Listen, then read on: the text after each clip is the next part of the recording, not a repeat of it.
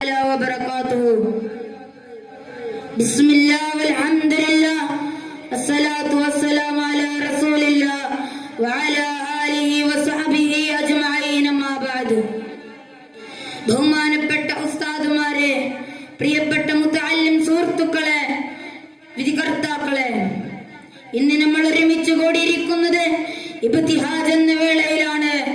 ഈ വേളയിൽ എനിക്ക് തെരഞ്ഞെടുക്കപ്പെട്ട വിഷയം ഉമ്മ വാത്സല്യത്തിന്റെ കടലാണ്.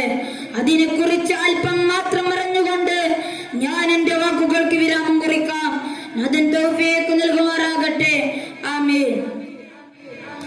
ഉമ്മ എല്ലാ സംസ്കാരങ്ങളിലും സ്നേഹത്തിന്റെയും കരുതലിന്റെയും മാധുര്യം നിറഞ്ഞ പ്രതീകമാണ്.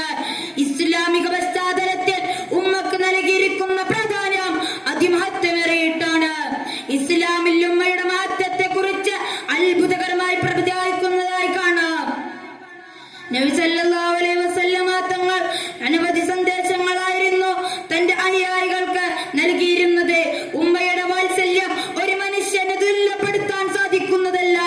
നബി സല്ലല്ലാഹു അലൈഹി വസല്ലമ തങ്ങൾ ഉമ്മയുടെ മഹത്വത്തെ കുറിച്ച് പറയുന്ന ഓരോ വാക്കുകളും സൂചിപ്പിക്കുന്നത് ഇങ്ങനെയായിരുന്നു: യാ റസൂലല്ലാഹ് മൻ ആകുന്നാസി ബിഹുസ്നി സ്വഹാബത്തി, അല്ലാഹുവിന്റെ റസൂലേ, എനിക്ക് ഏറ്റവും കൂടുതൽ സൗഹൃദം പുലർത്തേണ്ടവരിൽ അർഹതയുള്ള വ്യക്തി ആരാണെന്ന ചോദ്യം നബി തങ്ങൾക്ക് മുമ്പാകെ വന്നപ്പോൾ നബി തങ്ങൾ പറഞ്ഞത് ഉമ്മുഖാനിന്റെ ഉമ്മയോടാണ്. പ്രസ്തുത വ്യക്തി രണ്ടാം പ്രാവശ്യവും മൂന്നാം പ്രാവശ്യവും ചോദിച്ചപ്പോൾ നബി തങ്ങൾ പറഞ്ഞത് ഉമ്മുഖാനിന്റെ ഉമ്മയോടാണ്. പ്രസ്തുത വ്യക്തി നാലാം പ്രാവശ്യം ചോദിച്ചു, സുമ്മൻ, പിന്നെ ആരോടാണ് നബിയെ എന്ന് ചോദിച്ചപ്പോൾ നബി തങ്ങൾ പറഞ്ഞത് അബൂഖാനിന്റെ ഉപ്പയോടാണ്. ഈ ഹദീസ് ഉമ്മക്ക് ലഭിക്കുന്ന പ്രാധാന്യത്തെ അടിവരയിട്ടുന്നു. ഉമ്മയുടെ വാത്സല്യവും ത്യാഗവും ഒരു കടലും ഇസ്ലാമിൽ ഒരു കടലും ഉപമിക്കാം. അതിന്റെ ആഘാതതയും നിസ്വാർത്ഥതയും മാനവ മനസ്സ് സമ്പൂർണമായി ഉൾക്കൊള്ളാൻ കഴിയുകയില്ല. കരുതലും ത്യാഗവും കാണിച്ച് കുഞ്ഞിന് ജനനവും വളർച്ചയും നൽകുന്നു. മാതൃകയും കരുതലും കാണിച്ച് കുഞ്ഞിന്റെ ജീവിതം ഭദ്രമാക്കുക മാത്രമാണ് ഓരോ ഉമ്മമാരും സമർപ്പിച്ചിരുന്നത്. കുറവായ ഭക്ഷണം, കുറവായ ആഹാരം തനിക്ക് തന്നെ ദുരിതങ്ങൾ സൃഷ്ടിക്കുന്ന അറിഞ്ഞിട്ടുകൂടെ കുഞ്ഞിന്റെ ജീവിതം സുഖത്തിലാക്കുക മാത്രമാണ് ഓരോ ഉമ്മമാരുടെയും ലക്ഷ്യം. മാതാപിതാക്കളോട് മക്കൾ ദയവും ആദരവും കാണിക്കണം. മാതാപിതാക്കളുടെ പ്രശ്നങ്ങളും ദുരിതങ്ങളും തിരിച്ചറിയേണ്ടത് മക്കളുടെ കടമയാണെന്ന് മക്കൾ അറിയേണ്ടതുണ്ട്.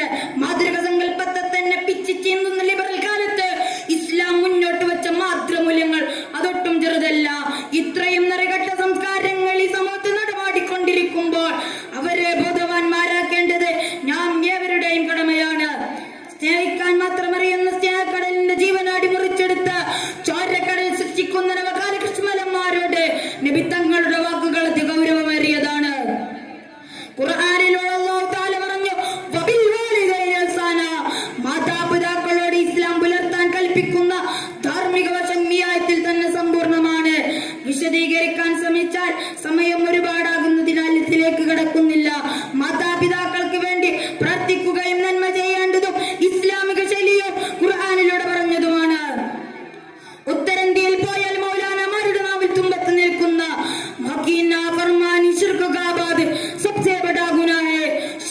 എന്ന വൻപാവത്തിന് ശേഷം ഉമ്മയോട് കാണിക്കുന്ന അനുസരണക്കേടാണ് ഏറ്റവും വലിയ പ്രശ്നമെന്ന് പ്രമാണങ്ങളുടെ വെളിച്ചത്തിൽ പറയുന്ന ഓരോ വാക്കുകളും ഇന്ന് എനിക്കിവിടെ ഓർമ്മ വരുന്നു.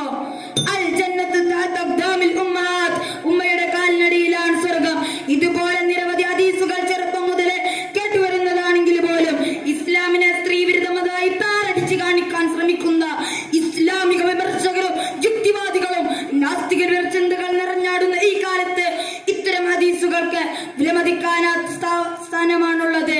അതിന് അല്ലാഹു തആല തൗഫീഖ് നൽകുമാറാകട്ടെ. വാഖിറു ദഅവാനാ